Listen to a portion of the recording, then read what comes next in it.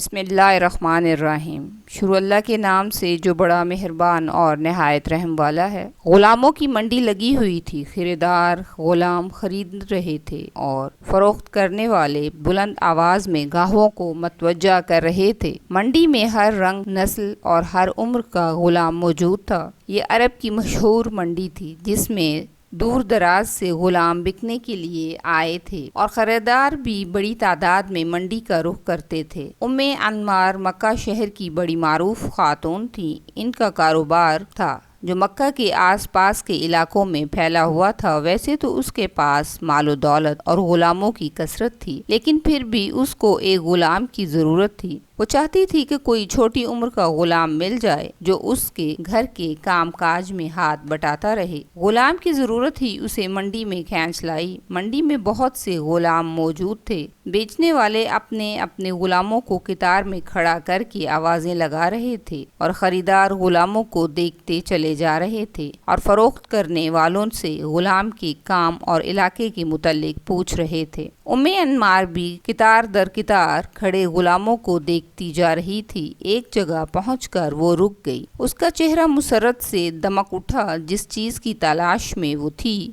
وہ اسے مل گئی۔ اس کے سامنے ایک بچہ کھڑا تھا۔ صحت مند بچے کے چہرے سے شرافت کا نور ٹپک رہا تھا۔ بچہ ابھی بلوغت کی عمر کو نہیں پہنچا تھا۔ یہ اس کے کھیل کود کے دن تھے، مگر وہ غلام تھا، منڈی میں بکنے کے لیے کھڑا تھا۔ پہلی نظر میں ہی بچہ انمار کے دل کو لگا۔ پسند آتے ہی اس نے مالک سے بات کی، قیمت طے ہوئی اور وہ ادائیگی کر کے بچے کو گھر لے آئی۔ تمہارا نام کیا ہے؟ گھر پہنچتے ہی انمار نے بچے سے پوچھا۔ خباب، بچے نے جھجکتے ہوئے جواب دیا۔ تمہارے باپ کا نام کیا ہے؟ عرت، کہاں سے آئے ہو؟ نجد سے۔ کیا تم عربی ہو؟ ہاں۔ کس قبیلے سے تعلق ہے؟ بنو تمیم سے۔ پھر تم غلام کیسے بن گئے؟ خباب کی آنکھوں میں اداسی چھا گئی۔ اسے اپنے بچپن کے حسین دن یاد آ گئے جب وہ اپنے ہم عمر بچوں کے ساتھ کھیلا کرتا تھا، ماں باپ اور بہن بھائیوں میں خوش رہتا تھا۔ وہ آزاد تھا، جو چاہتا کھاتا، جو پسند آتا وہ کرتا۔ تو مکہ کے سوداگروں کے ہاتھ کیسے آئے اور یہاں منڈی میں کیسے؟ انمار نے دوبارہ پوچھا تو خباب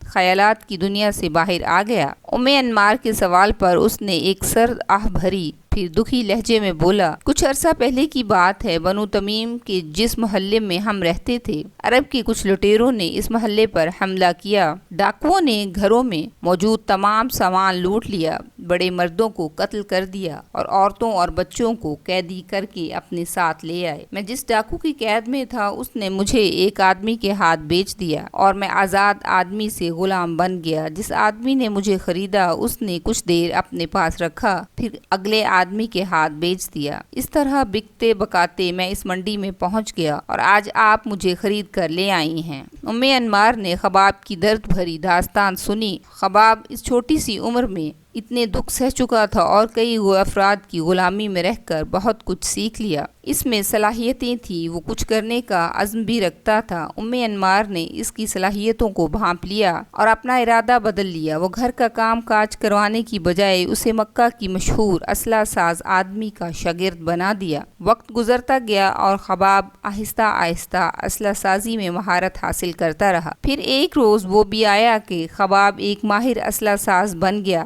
لوگ دکان پر آ کر اس کی تلواریں دیکھتے اور پسند کرتے تھے۔ جب اسے تلوار بنانے میں اس قدر مہارت ہو گئی کہ وہ اکیلا کام کر سکتا تھا اور عرب میں اس کی تلواریں بھی مشہور ہو گئیں، تو انمار نے اس بازار میں ایک دکان کرائے پر لی اور خباب کو اس دکان پر تلوار بیچنے اور بنانے کا کام سونپ دیا۔ انمار نے جس خباب کو چھوٹی عمر میں منڈی سے خریدا تھا، اب وہ جوانی کے حدود کو چھونے لگا تھا اور مکہ میں اس کی شہرت دن بدن پھیل رہی تھی۔ ایک روز خباب دکان پر ہی تھا کہ اس کے پاس قریش کا ایک آدمی آیا۔ اس نے کہا، خباب، سنا ہے بنو ہاشم کے ایک نوجوان نے نبی ہونے کا دعویٰ کیا ہے، کیا واقعی؟ خباب نے بے یقینی کی کیفیت میں پوچھا، ہاں، بڑی عجیب باتیں کرتا ہے کہ یہ بت کسی کو کوئی نفع یا نقصان نہیں دے سکتے۔ سب کام اللہ کرتا ہے جو آسمانوں پر ہے اس نے سب کو پیدا کیا ہے، لہٰذا بتوں کی بجائے اس اکیلے اللہ ہی کی عبادت کرنی چاہیے۔ خباب نے قریش کے نوجوان کو کچھ جواب تو نہ دیا، البتہ دل میں یہ ارادہ کر لیا کہ میں اس آدمی سے ضرور ملوں گا، یہ تو بڑی حکمت کی باتیں ہیں۔ اسی شام خباب نے دکان بند کی تو انمار کے گھر جانے کی بجائے سیدھے اسی جگہ پہنچے جہاں نبی پاک صلی اللہ علیہ وآلہ وسلم اپنے صحابہ کے ساتھ بیٹھے ہوئے تھے۔ خباب چپ چاپ چھوٹی سی مجلس میں بیٹھ گئے اور باتیں سننے لگے۔ انہیں وہاں بیٹھے زیادہ دیر نہ گزری تھی کہ نبی پاک صلی اللہ علیہ وآلہ وسلم کی باتوں نے اپنا اثر دکھانا شروع کر دیا۔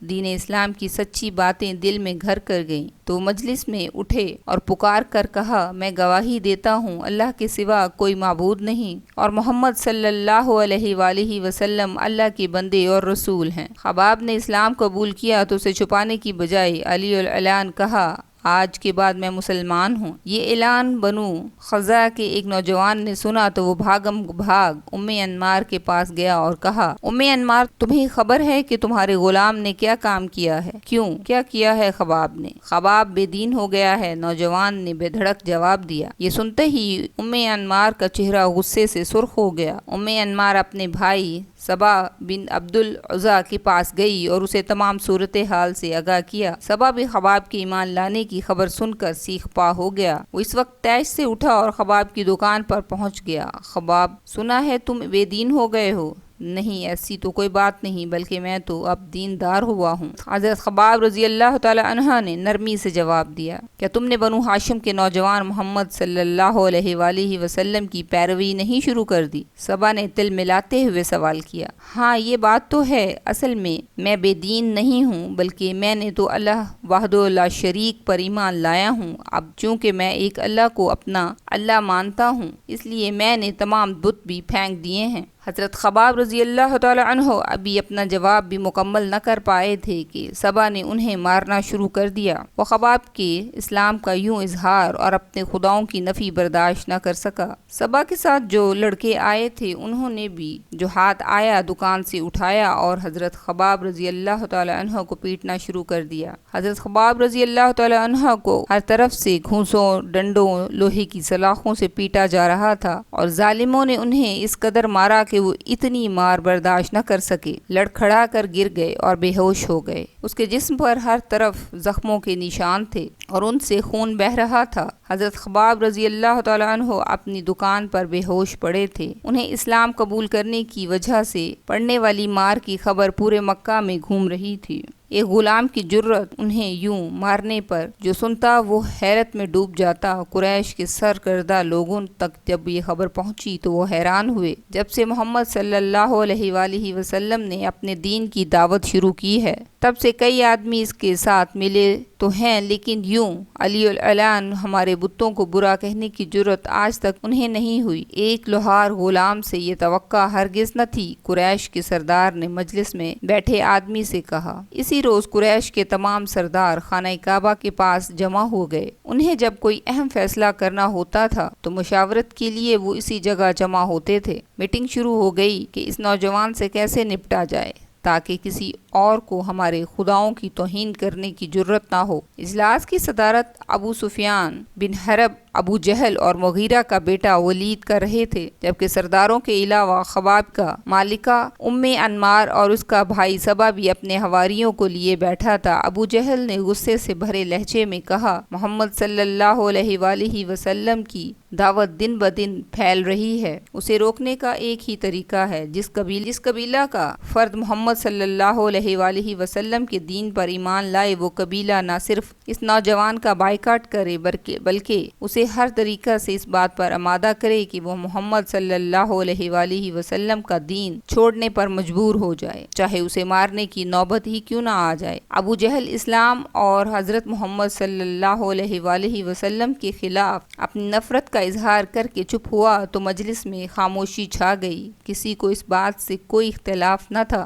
گویا کہ سب کی بات اکیلے ابو جہل نے کہہ دی تھی۔ جو ہی مجلس ختم ہوئی تو فیصلے کے تحت سبا نے اپنے قبیلے کے سرکش نوجوان کو ساتھ لیا اور حضرت خباب رضی اللہ تعالی عنہ کے پاس جا پہنچا۔ آپ رضی اللہ تعالی عنہ روز کی طرح دکان پر بیٹھے تلواریں بنا رہے تھے۔ سبا نے دکان پر جاتے ہی گرجدار آواز میں کہا خباب ہمارے ساتھ چلو۔ حضرت خباب رضی اللہ تعالی عنہ غلام تھے لہٰذا چپ چاپ اس کے ساتھ چل دیے۔ صبح حضرت خباب رضی اللہ تعالی عنہ کو لے کر مکہ سے باہر کھلے میدان میں آ گیا۔ دوپہر کا وقت تھا اور گرمی کے دن سورج کی تپش سے میدان میں پڑے ریت اور پتھر جھلس رہے تھے۔ خباب کپڑے اتار دو، صبا نے غصیلے لہجے میں کہا۔ حضرت خباب رضی اللہ تعالی عنہ نے قمیض اتار دی۔ یہاں لیٹ جاؤ، صبا نے گرم ریت کی طرف اشارہ کرتے ہوئے کہا۔ حضرت خباب رضی اللہ تعالی عنہ چپ چاپ جھلستی ہوئی ریت پر لیٹ گئے۔ صبا نے پاس کھڑے لڑکوں کو اشارہ کیا۔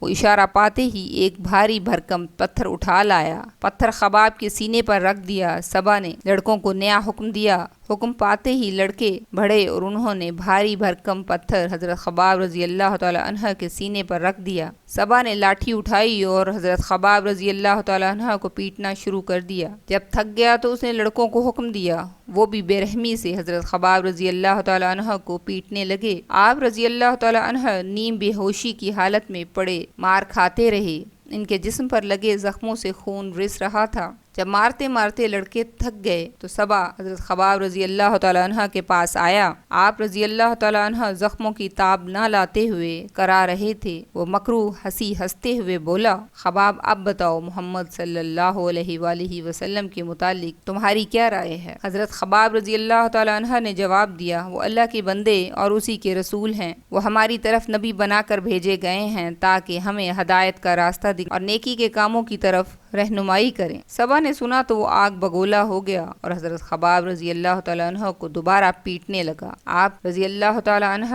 حق کی خاطر پھر مار کھانے لگے۔ مارتے مارتے صبا کی ہمت جواب دے گئی تو بولا، ہاں اب بتاؤ لات اور عزا کیا ہیں؟ حضرت خباب رضی اللہ تعالی عنہ بولے، پتھر کے بت ہیں اور کچھ نہیں، یہ نہ کسی کو نفع دے سکتے ہیں اور نہ کوئی نقصان پہنچا سکتے ہیں۔ صبا جواب سنتے ہی آپتے سے باہر ہو گیا، تیش میں آ کر بولا، لڑکو ذرا اسے اس گستاخی کا مزہ چکھاؤ۔ نوجوانوں کا ٹولہ پھر حضرت خباب رضی اللہ تعالی عنہ پر ٹوٹ پڑا اور انہیں گھونسوں، سلاخوں اور پتھروں سے پیٹنے لگا۔ آپ رضی اللہ تعالی عنہ مار کھاتے کھاتے بے ہوش ہو گئے، ان کے جسم سے خون بہنے لگا۔ حضرت خباب رضی اللہ تعالی عنہ استقامت کا پہاڑ بنے، مار کھاتے اور اسلام پر ڈٹے رہے۔